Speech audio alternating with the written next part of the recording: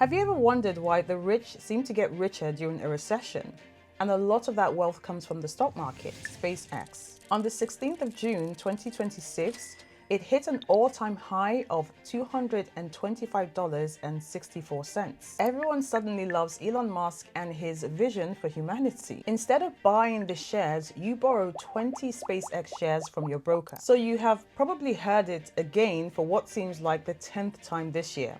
The stock market is about to crash. Open social media and you'll find thousands of people predicting the end of the stock market again. And somewhere, while everyone is panicking and glued to the headlines, someone is quietly planning how to make life-changing money when the markets actually crash. Not despite the market crashing, because it's crashing. This happened in 2008. While millions of investors watched years of their life savings disappear, one man turns the financial crisis into one of the biggest investing successes in history. His name, Michael Burry. Before the housing market collapsed, Michael Burry spotted something that almost nobody else saw. He believed that the entire system had been built on foundations that simply couldn't last. So he made one of the most controversial trades in modern investing history. And when the dust finally settled, he had personally made around $100 million.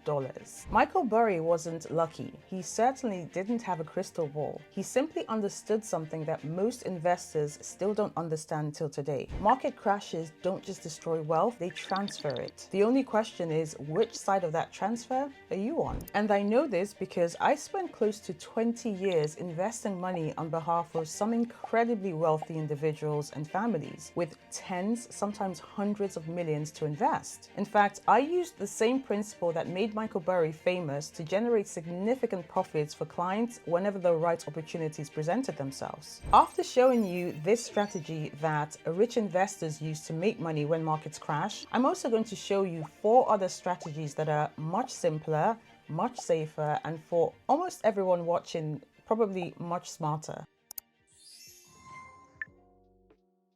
A lot of investors, especially new investors, think that investing only works one way.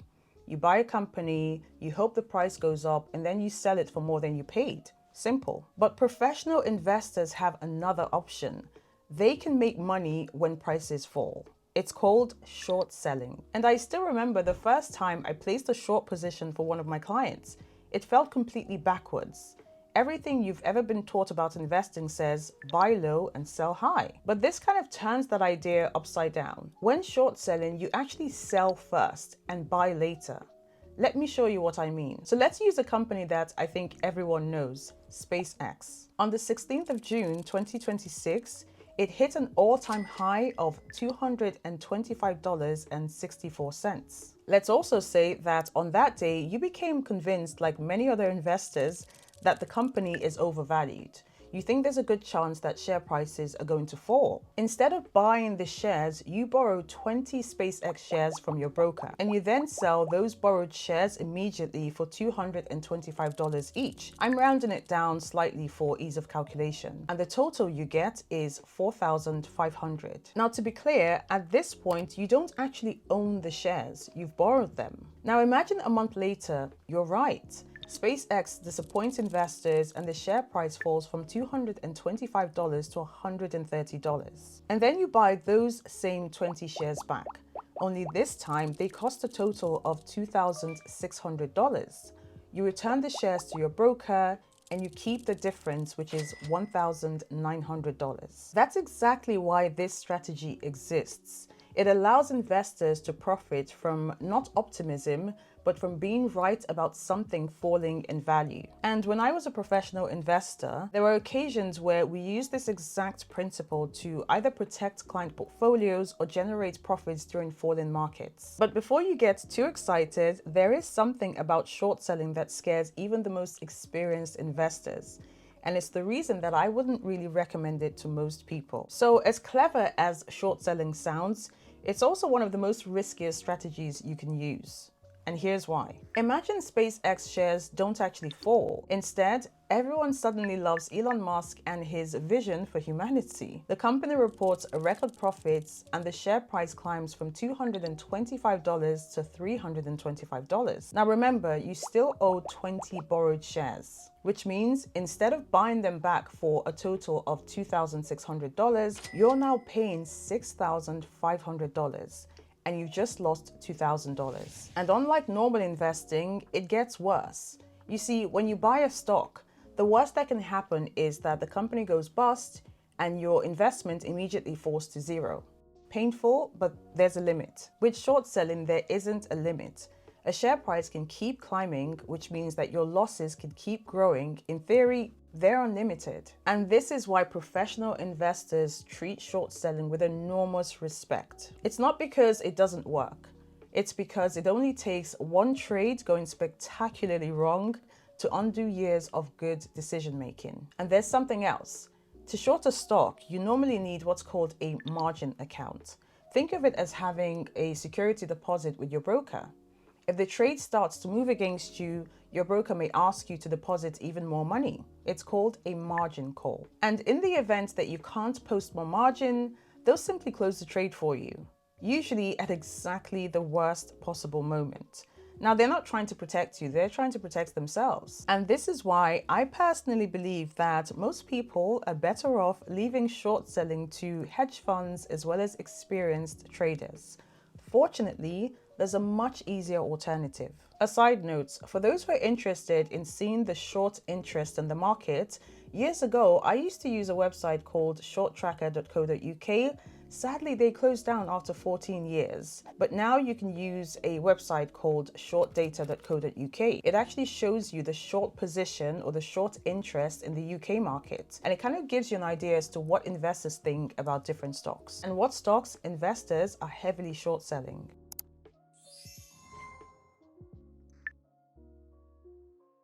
Now, if you still want a way to benefit from falling markets without borrowing shares or without worrying about margin calls and without exposing yourself to theoretically unlimited losses, there's another alternative.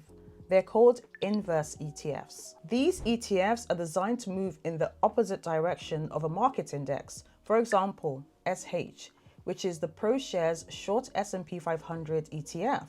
Now, this offers -1 times the daily return of the S&P 500 index. Another example is SDS, which is the ProShares Ultra Short S&P 500. And this offers a return of -2 times the daily return of the S&P 500. And the last one is SPXS, which is the Direction Daily S&P 500 Bear 3 times ETF. That's a mouthful. So if the S&P 500 falls by around 1% in a day, an inverse ETF like SH aims to rise by roughly 1%. No borrowing, no selling shares first, and no margin accounts. It's really so simple. But there's a catch, and it's a really important one.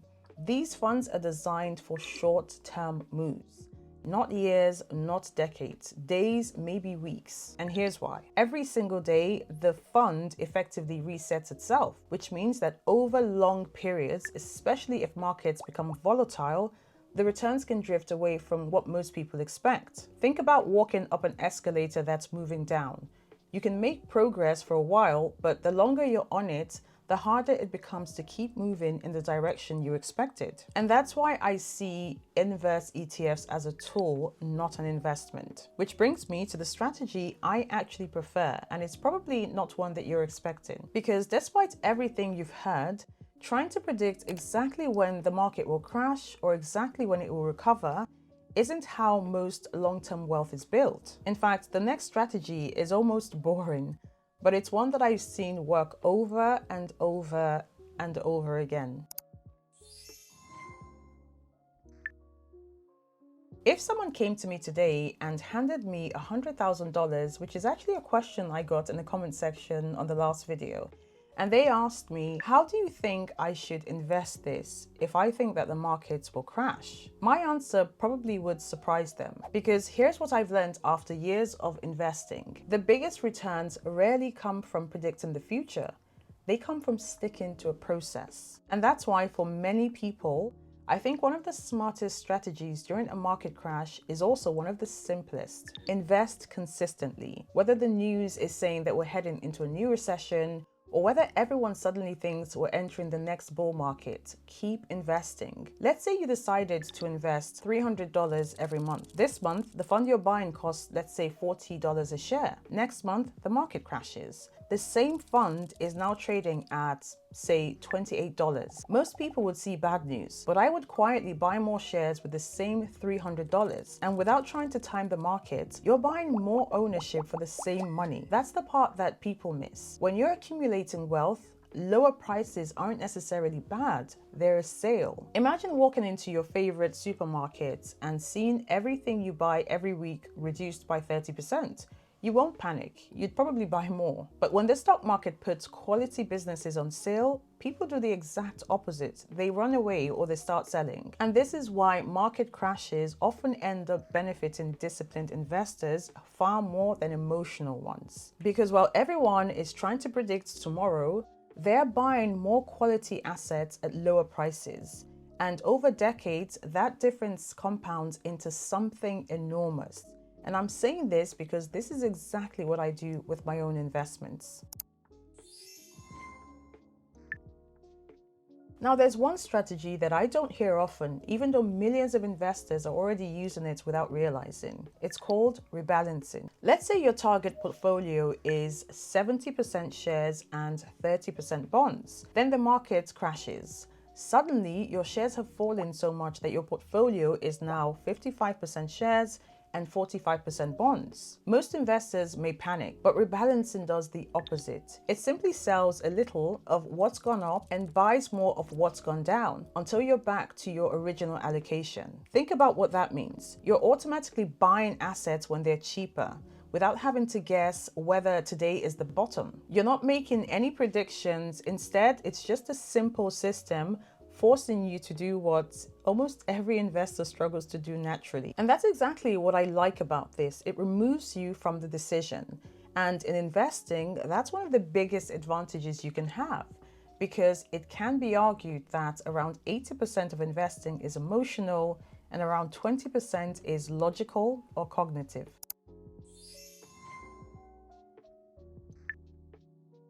And finally, there's another strategy I love, because it really changes how you think during market crashes. Instead of asking, how much has my portfolio fallen?